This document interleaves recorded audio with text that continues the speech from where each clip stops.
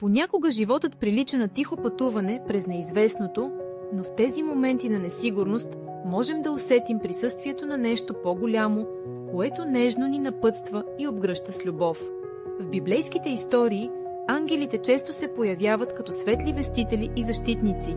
Те носят утеха, вдъхновение и топла вяра, че никога не сме напълно сами.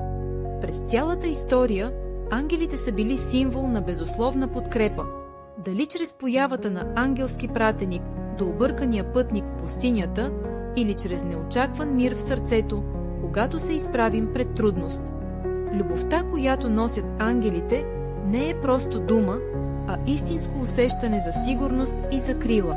Онзи тих импулс да проявим повече доброта дори към непознати, да вярваме напук на обстоятелствата и да прегръщаме уроците с доверие. В ежедневието това може да е усещане за лекота в гостоприемна усмивка, насочваща среща или синхроничност, която ни дава надежда. В традицията, предадена през духовни учения, се казва, че ангелите са най-близо до нас, когато избираме любовта пред страха и прошката пред осъждането. Понякога топлината в сърцето, нежният шепот на интуицията или светлите сънища са техният начин да кажат: да, вървиш по пътя си.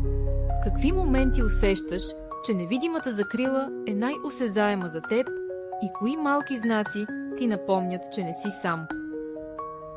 Благодаря ти, че беше тук и се надявам заедно да се подкрепяме в този път на осъзната промяна. С топлина и вяра. Зорница Сребрева.